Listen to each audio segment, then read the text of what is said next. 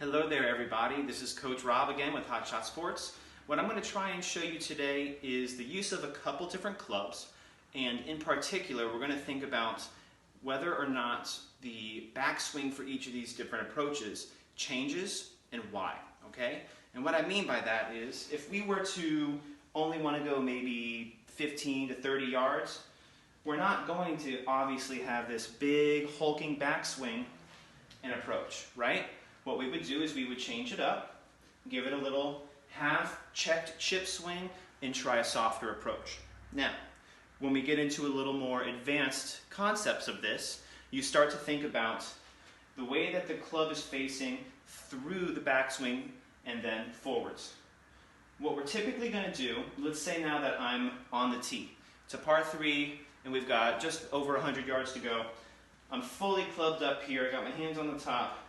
What we're going to try and do is make sure that we get a nice big swing here that allows this club face to open up.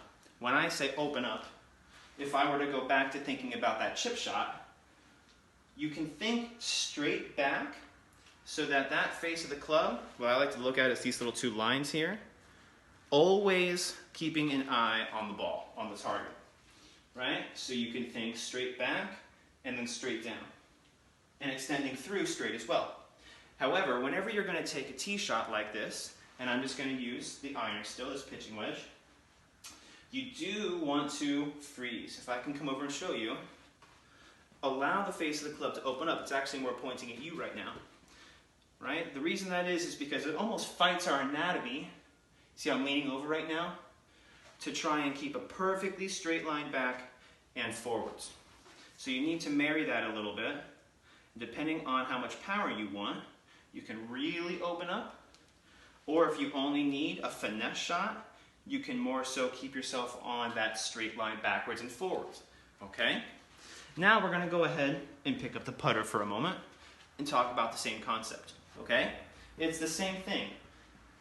Theoretically, it would be most ideal for us to always go straight back and straight forwards on the putt, right? Some of these putters even have a little line on them that tries to show you where the ball should be made contact with on the putter, but it's not necessarily true that you always want it to be looking at the ball on the backswing. And that goes back to the concept of our body having a natural little arc whenever we go backwards and forwards. So, you're going to need to find what works best for you. Whenever you have these short approaches, it's definitely viable, if you only need a little bit of power, to keep that line looking at it the whole time. The problem you start to get into is how you strike the ball with the club face. If you go in this little arc motion, that was a little over-exaggerated, but you run the risk of hitting the ball with the club face open and it pushing, or closed and it pulling, either going away from you or closer to you respectively. So, with all that in mind, you're going to have to really practice. My advice would be, when you're doing your short game, think of that concept of making that straight line all the way back and forwards. But as you need more power on your shots, you really then need to start to marry the concept of allowing the club face to not stay on that same line, because it forces my weight over and I'm not balanced anymore. You want to allow it to open up, and then you can come through, making sure the club face is at the appropriate angle. So it's going to take some practice, do your best, have fun, and good luck.